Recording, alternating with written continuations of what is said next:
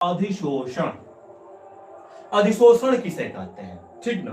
तो देखिए ये बोर्ड है, अभी बोर्ड के ऊपर तो हालांकि लिख दिए हैं, लेकिन ये ठोस पदार्थ है। अभी यहां पर देखिए तो यहां पर कुछ नहीं लिखा गया है, नहीं ना लिखा गया है, लेकिन इसके ऊपर हम ले आकर कुछ चिपका दिए, तो इंक चिपका दिए हैं, इंक का कर दिए हैं, चिपका दिए हैं। इसका मतलब किसी सतह के ऊपर कोई पदार्थ आकर चिपक गया या कोई पदार्थ आकर संग्रहित हो गया। जैसे ये पदार्थ देखिए, ये भी एक प्रकार का ठोस पदार्थ है। अभी इसके सतह पर कुछ है, कुछ नहीं है, लेकिन जब हम इसके ऊपर कुछ रख दिए, देखिए इस पदार्थ के ऊपर हम क्या कर दिए, तो कोई पदार्थ रख दिए, कोई भी पदार्थ हो सकता है, चाहे आप ठोस रखिए, चाहे आप द्रव रखिए, चाहे आप गैस रखिए। मतलब किसी पदार्थ के सतह के ऊपर कोई पदार्थ आकर संग्रहित होता है, तो इसी घटना, इसी प्रक्रिया को क्या कहते हैं, अधिशोषण कहते हैं। क्या कहते हैं, अधिशोषण। जैसे देखिए ये एक प्रकार का ठोस पदार्थ है, अभी इसके ऊपर कुछ नहीं है तो अभी अधिशोषण नहीं है, लेकिन इसके ऊपर हम लाकर कुछ रख दिए तभी क्या होगा, अधिशोषण। क्या होगा, अधिशोषण।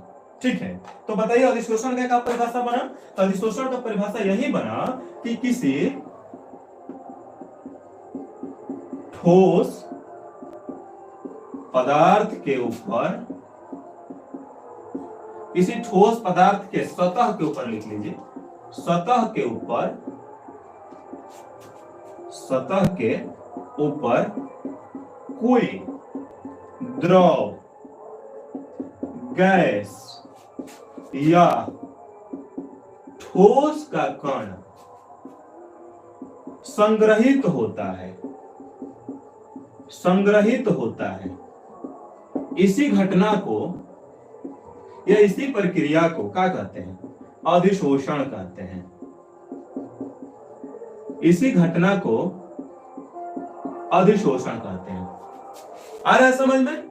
मतलब कोनो भी ठोस पदार्थ बा, ओकरा पर तू कुछ ले जाके धो दो, ओकरा सतह के ऊपर कुछ ले जाके धो दो, तो वही घटना के हमने क्या कहम जा, अधिशोषण कहम जा। क्या कहम जा, अधिशोषण। तो वही तो सेम परिभाषा है कि किसी ठोस पदार्थ के सतह के ऊपर किसी ठोस पदार्थ के सतह के ऊपर द्रव, गैस या ठोस का कण संग्रहित, संग्रहित का मतलब होता है इकट्ठा, जमा होना होता है। इसी घटना को क्या कहते हैं, अधिशोषण कहते हैं।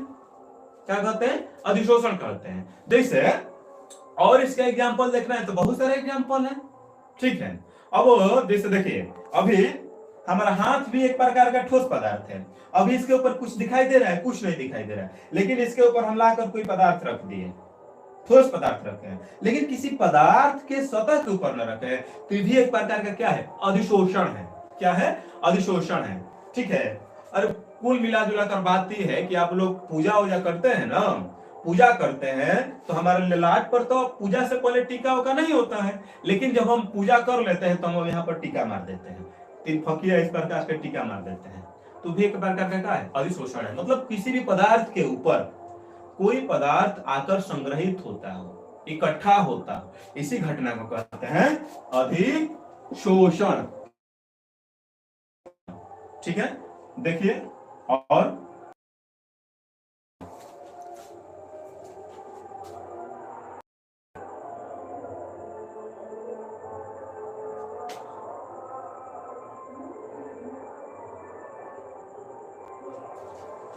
चलिए आगे देखिए, मिटा दे ना, चलिए आगे देखिए।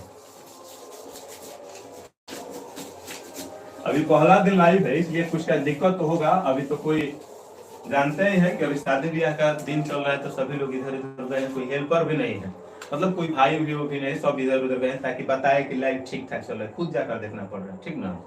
चलिए ठीक है, संघर्ष वाला लाइव है तो होता है ऐसा। अधिशोषण। अब इसके बाद आता है विशोषण। अधिशोषण के बाद क्या आता है, विशोषण। अधिशोषण के बाद विशोषण।